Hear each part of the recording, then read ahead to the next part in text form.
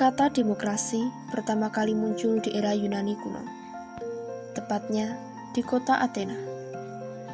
Demokrasi yang dulunya hanya dianut oleh sebagian kecil wilayah di benua Eropa dan sempat menghilang pada abad pertengahan, kini demokrasi populer di berbagai negara di dunia, termasuk Indonesia.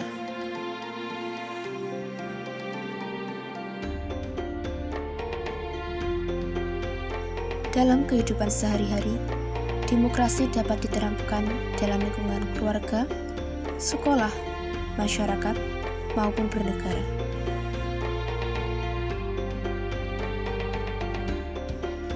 Dengan selalu menyayangi dan melibatkan seluruh anggota keluarga dalam mengambil keputusan, adalah salah satu contoh kecil penerapan demokrasi dalam lingkungan keluarga.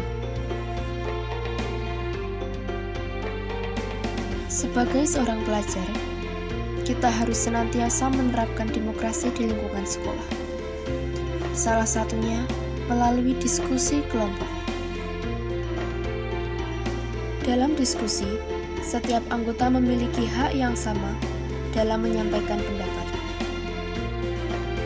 Sebagai sesama anggota, sudah seharusnya untuk saling menghargai perbedaan pendapat dan senantiasa mencari jalan keluar dari setiap masalah berdasarkan musyawarah. Dalam kegiatan pembelajaran, setiap siswa juga memiliki kesempatan untuk bertanya maupun menyampaikan pendapatnya.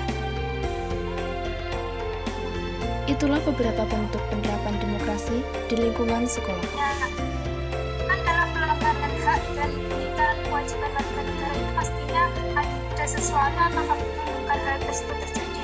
Nah, apa saja sih faktor-faktor yang menyebabkan hal tersebut terjadi? Terima kasih. Dalam lingkungan bermasyarakat, pastilah kita sering menjumpai rapat ataupun rundingan kecil yang dilakukan oleh warga. Rundingan antar warga biasanya dilakukan sebelum adanya kegiatan dengan tujuan untuk mengetahui keinginan dari masing-masing warga terhadap jalannya kegiatan mendatang.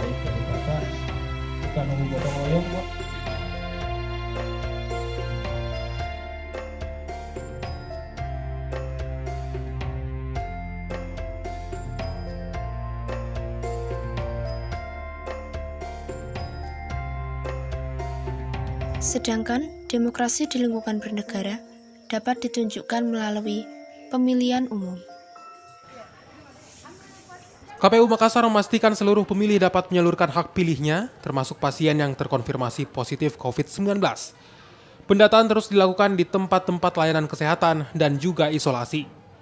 Berdasarkan data dari gugus tugas penanganan COVID-19, pasien terkonfirmasi COVID-19 yang sedang menjalani rawat inap dan isolasi mandiri dapat menggunakan hak pilihnya di TPS terdekat atau TPS yang berdekatan dengan rumah sakit. Petugas KPPS dengan APD lengkap nantinya akan mendatangi pemilih untuk menyalurkan hak suaranya. Sementara itu, pencoblosan akan dilakukan di atas jam 12 waktu Indonesia Tengah. Namun, demokrasi juga sering berjalan tidak sesuai harapan.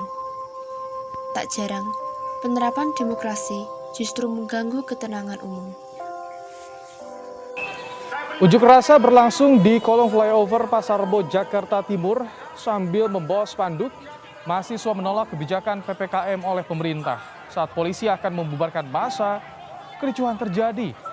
Pendemo minta tidak dibubarkan saat berupaya menghadang bus yang sedang melintas.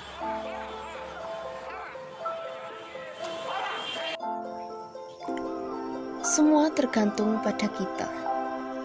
Sebagai manusia, kita sudah diberi akal untuk dapat membedakan mana yang baik dan mana yang buruk.